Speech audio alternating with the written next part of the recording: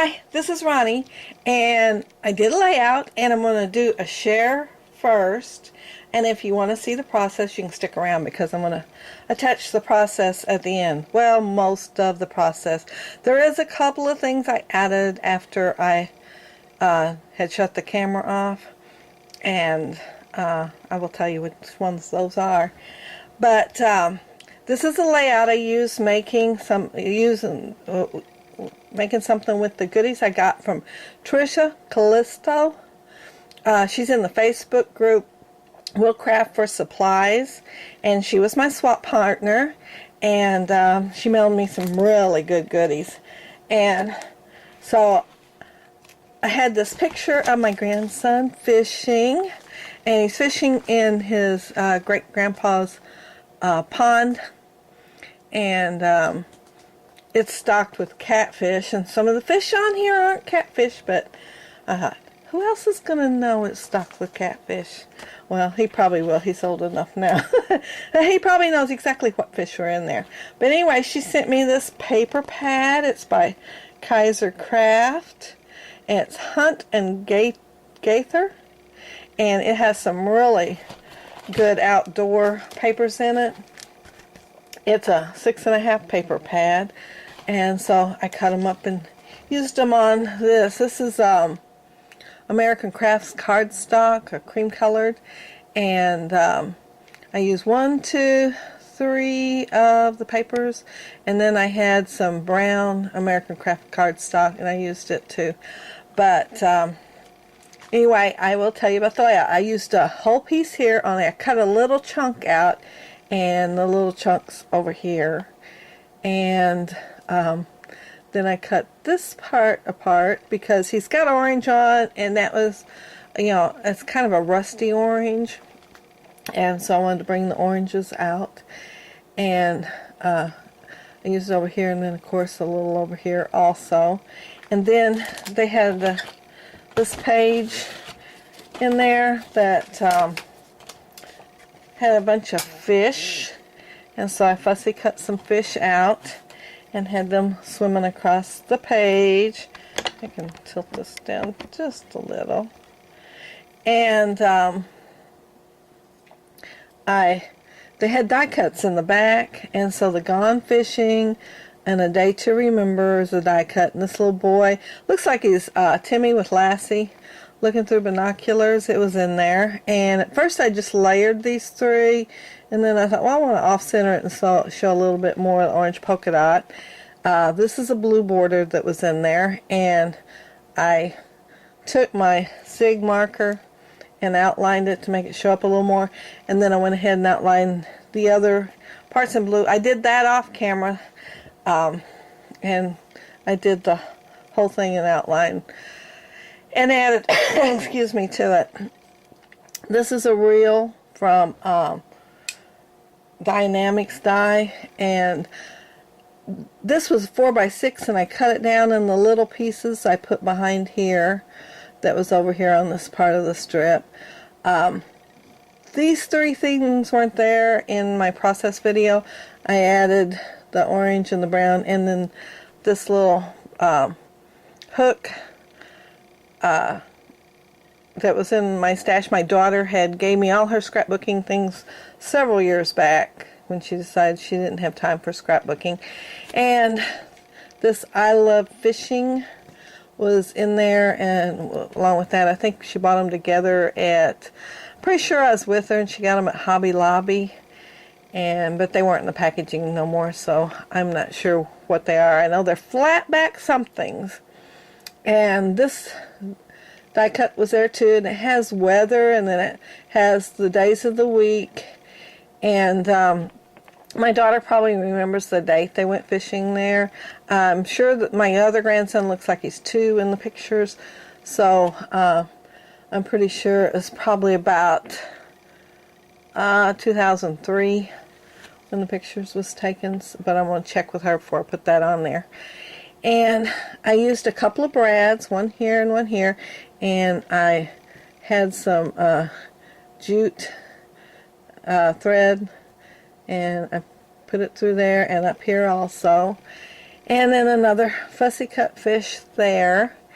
And this part isn't in the process video either, but since I had a circle here, I thought, well, I needed one more, so I added that. So I think that's all that I had that I added afterwards. I think everything else was there. And then a real good time.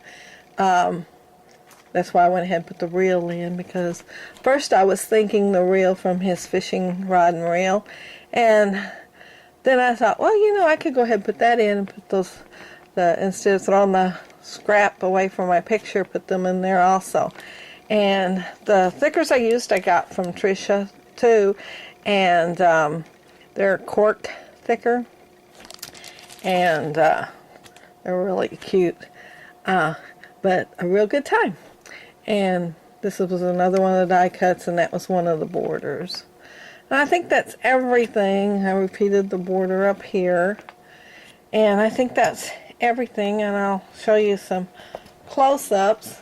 But going over to Facebook group, it's Will Craft for Supplies, and check out the group. It's fun. Everybody shares their layouts.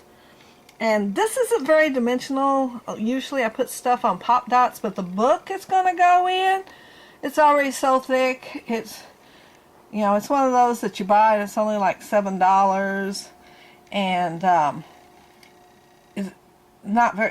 it's not the 3-ring binder, and everything in there is already so thick. It's kind of pooched out already, so I thought I would make this one less dimensional, so it'll fit in there better. But that's my layout, and if you want to see the process, stick around, and at the end of the process I will have some close-up pictures if you want to see them too. But go on and check out the Facebook group, and I want to thank you all for watching, and hang around. Bye. So I'm glad you stuck around. Here's my picture, and the cardstock I used is American Crafts, and it does have some texture, and that's by Kaiser Craft.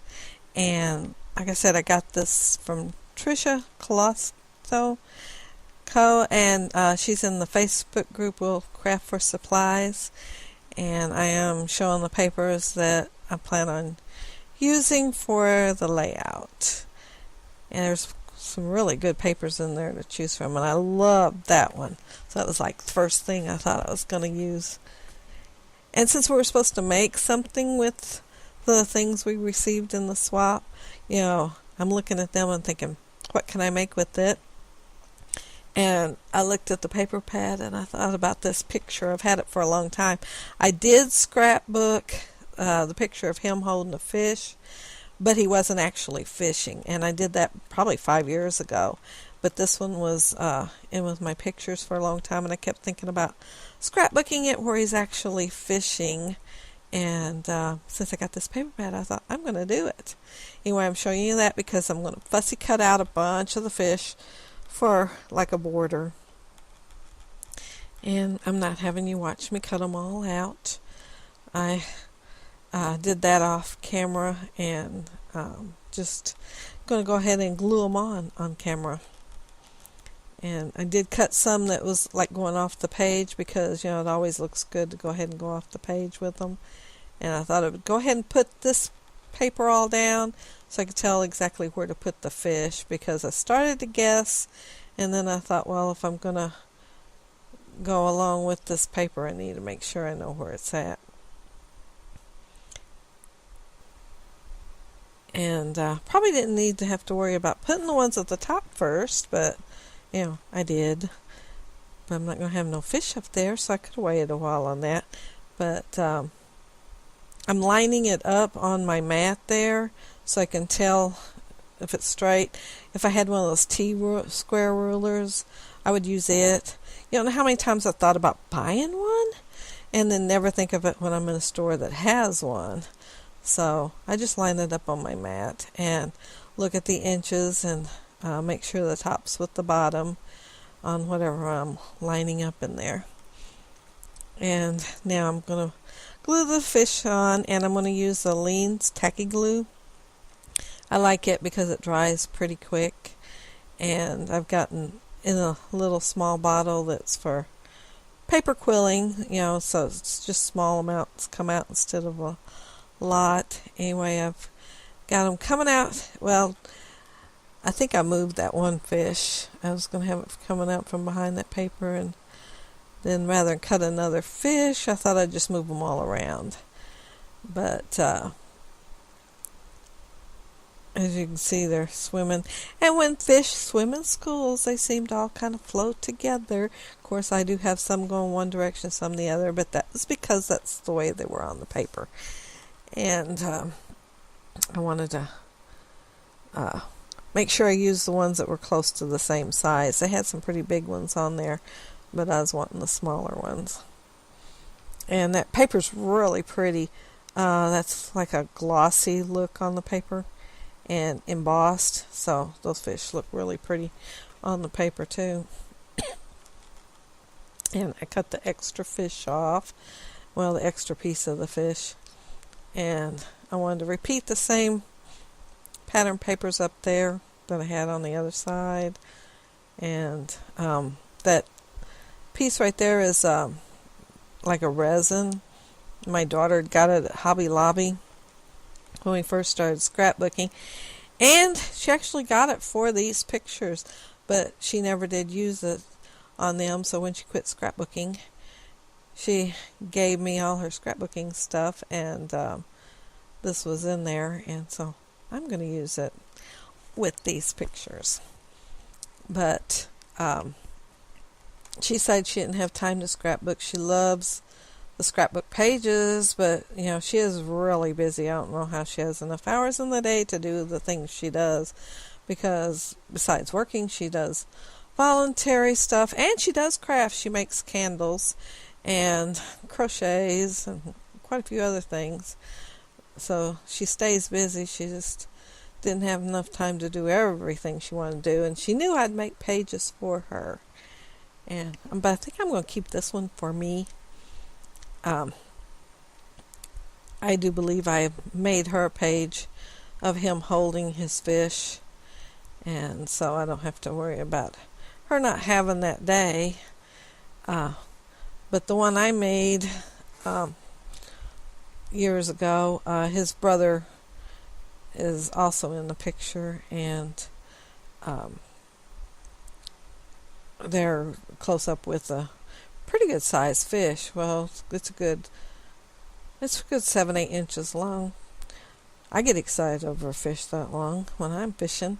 That cutout right there, Gone Fishing, is one of the cutouts in the book. That blue border is one of the border pieces in the book. That little round thing has a little boy and his dog, and it looks like Lassie and Timmy. And I'm layering some circles there. I cut the circles out with a Sizzix die. It has like 4 circles, 4 different sizes. I have like an 1.25 inch punch, and I keep planning on getting more punches because it'd be so much more convenient. But I don't have, so I pulled the Sizzix die out. And I'm layering everything there. And like I said, I decided to do it off center and show more of the polka dot instead of just layering them. And I'm deciding how to put that border on there. And I've got too much ATG. So on the other one, I end up using the Aleene's tacky glue rather than try to worry about taking the extra ATG off. And that looks a little crooked here. I guess by the time I get that little tag on there, you don't notice it because I don't remember ever moving it. Anyway, I'm punching my hole with my piercer, and I have a brad for my stash, and it's brown. I thought at first about just cutting the part off for the brad and just use it like as a die cut, and then I decided no, to add a little more dimension to the layout, I'd put the brad on there. I wasn't going to use pop dots because the album that it's going in is already so thick and dimensional that I thought I'd try to keep this page a little less dimensional because I can fit a couple more pages in the book, but they do need to not have as much dimension. And I'm adding that jute right there. I'm not sure if it's jute, twine, string, whatever it is. It's a kind of a thick brown. It has a waxy feel to it. I got it at Walmart, and I really like it. And I've used it quite a few times on layouts, but of course it didn't say what it was since I got it at Walmart. But it works well. I wished when I got done I'd cut it just a little bit longer. I took a strand across the... Oh, and this is where I have trouble with my ATG gun. This roll is like loose on there or something, and it keeps coming undone, and I have to keep winding it back around there, and I'll be glad when this roll gets over. Every now and then you get one that don't work as well, but I just do it over again. And this is where I'm trying to decide what to put there. I put that I Love Fishing there, that resin piece. And then I guess I end up forgetting about that spot because I don't put anything on it till I'm done with the process. And when I'm taking pictures, I'm thinking it needs something else. So I did go back and add a few things. I added a couple circles there and a hook. There was a resin piece that went with the I Love Fishing. And I had a couple more circles in 2 spaces. And I also did some outlining. But I thought I was done when I finished the video, but apparently not. I'm sure you all have done that before too. Anyway, there's one of the cutouts for the fish. And I'm using glossy accents there because it seems on the plastic or resin pieces it seems to stick a lot better. And I'm turning that around because I'm going to do something with that twine. And I've got a brad that I'm going to put in there too. But I'm a little bit off camera.